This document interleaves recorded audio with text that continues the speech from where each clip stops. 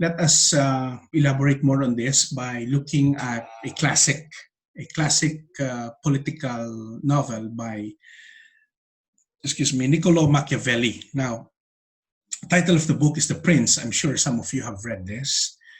In my opinion, this is a popular reading material if you want to govern, as for instance, a local chief executive. Although I do not recommend it, but you would learn a lot by reading this. Now, Machiavelli's basic themes are the following. Number one, he surmised that people are ungrateful. Also, that state and patriotism come before everything. And lastly, purpose of political leadership must be to gain and maintain power, regardless of the medium. No, so that's what makes this book very controversial, because he argued that the end justifies the means, uh, and so cruelty, ruthlessness, murdering your political nemesis, for one, and maintaining domination are all justifiable. No, uh, there is also a part of the book, if I'm not mistaken, that says that a prince, when this particular royal is governing, it would be in his best interest if uh, he would uh, make sure that his constituents are not so bright. If you're going to keep them ignorant, that means that you're also going to keep them poor. And if they are not that brilliant and they don't have the money, they will be in no position to be a threat to you politically. However, on the other side of the coin, if they become learned and thus they will earn money for themselves, then they will slowly become a threat to you because they don't need you anymore. It is best to your political survival if you just give a little and then they vote for you. You don't give them something, they won't vote. You don't give them something, sorry, if you give them something, they will vote for you. If you're not going to give them something, they're not going to, So this is a very controversial novel by Niccolo Machiavelli. Now, there is also the subject on the three types of power. Number one is charismatic power. Power and control are derived, from the powerful, magnetism of the wielder. I recall there was once a political, I forgot how you say that. I think it's meeting the Avance. And this was held somewhere in Tondo, if I'm not mistaken, several years back when I was still studying in Manila, wherein the stage was set and the popular political candidate back then for president was Erap, and he was expected to come up the stage. And um, there were a lot of people. You know how popular he is, right? There were a lot of people, there were a lot of noise, and this was even before Erap came up the stage. And so you can imagine, once the gentleman went up the stage, the noise level was really shooting out of the roofs. And he hasn't even uttered a word yet. And when he did, and he only mentioned good evening, all hell broke loose. There was pandemonium. He only, it was only due to his presence and good evening. And so it tells you that this guy has a lot of charisma in him, and this probably was translated into a lot of votes. Now, another type of power is the traditional power, or power by lineage. This is especially characterized by the royalties. If you're a king, then your son becomes heir. Your second son becomes second heir to the throne, and so on and so forth. Um, lastly, you have the legal or the rational power, which constitutional process create the legitimate authority. We all know what this means. Um, you are going to be elected through through an election, and so people would honor, or they would that would lend credence to, or credibility to, the power that you hold. You were duly elected, thus you have that power and authority to assume that position. Okay, now let's move on to our next topic, which is the sources of power. Now, um, French and Ravens, in their book Basis of Social Power in 1959, um, mentioned that they both viewed that power comes from a psychological standpoint. No? They explained the effects of power in people. They argued that the influence on a person, they argued that the influence on a person is measured as the amount of change that occurs as the result of a social agent, which could be a person, a role, a group, or part of a group. Now, let us go to the first source of power, which is coercive power. Now, this is the opposite of reward power, the ability to apply sanctions and punishments for failure to behave as we desire. So, examples of such would be the blocking of a raise of a person, the employment of the employee, code of discipline, or throwing them the book.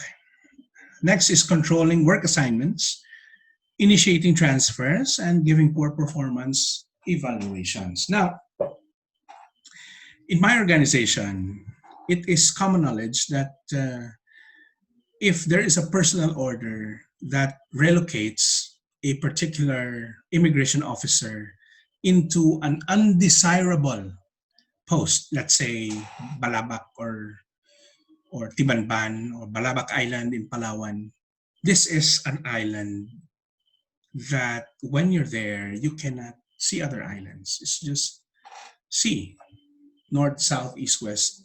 So naturally, immigration officers, as much as possible, try to avoid it. However, uh,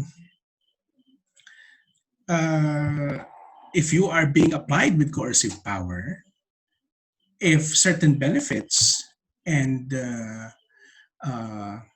are not going to be provided to you if you refuse to be assigned in those particular posts, then some of the officers would agree to it, although a good percentage would not. But this is an example of coercive power. Now, next is reward power, or power arising from our ability to reward other people for behaving as we want them to. The carrot. Okay. It is similar to positive reinforcement, and it enhances cooperation and minimizes resistance. No? So examples of such would be managing or managers rather, or executives dishing promotions or desirable positions, increasing salaries and benefits, and praising workers if they have done so or done a positive thing or so. Now, one thing that I have learned is that when you're a leader, do not hold back when you are trying to please people, or when you're trying to dish out um, a positive comment on a person. Sometimes you don't even need to say any words. You just need to creep up to that person and tap them on the shoulder. And they understood. More so if you would tap them on the shoulder and you say, good job. Now, what does that cost you? But I just can understand some people are not really fond of issuing comments, but if you do that, it will mean a lot to them, and they will feel appreciated, and oftentimes it translates to positive work ethic. Okay.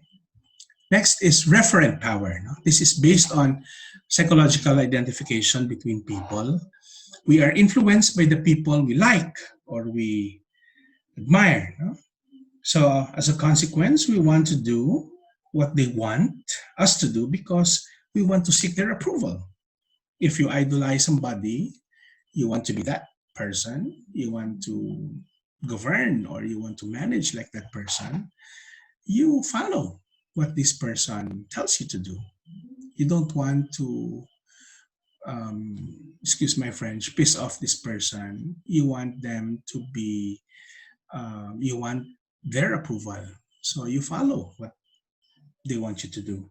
Similarly, we gain influence through referent power by being liked, admired, and respected. Respect and admiration by consistently treating people well. This is why, most leaders, they dress well, uh, they project power in the way they carry themselves. And when people under them see this, it makes them more admirable. It makes these people want to be like them. And thus, they yield power over these people. Okay? Now, moving on. If you want to be liked by your manager has the power over you. All right, let's go to legitimate power. It arises from people's values and beliefs that someone has the right to exert influence over them and that they have an obligation to comply. So, again, using an example a few slides ago, if you have been duly elected in election, then you have that type of power. People are obligated to follow you because they perceive you as somebody that was duly elected by a popular vote. Okay, values and beliefs may be culturally instilled, reinforced by social or organizational structure, or otherwise known as an hierarchy, or designated by a legitimate process, and that is the election. Okay. Now, in public organizations, legitimate power is derived from titles and positions. In the military, they have a strict rule when it comes to the observance of rank, as illustrated in the symbols and pinned in the uniforms that they are using. So the delineation of power is very, very clear. Okay. Another one is expert power. Now, it is based on our knowledge and expertise in the opinion of others, thereby achieving credibility. This is defined by French and Raven in 1959. Special expertise that is needed by an organization. So, if you are the only person in a particular agency that knows a particular subject, then you are valued, you are respected, and you have that power over people who does not know a thing or maybe knows less about what you know on a certain topic. Okay. Now, let's go to managing power and organizational politics. Successful and influential people employ a variety of tactics and strategies to gain power, influence, and balance the power of others. Now, uh, sometimes this borders on being manipulative already or scheming. They do what it takes to keep their power. Now, some of the extreme strategies that certain politicians or certain people in government employ would be black propaganda, or hiring private investigators to seek out political dirt on their opponents and use them to destroy them over the electorate. Okay.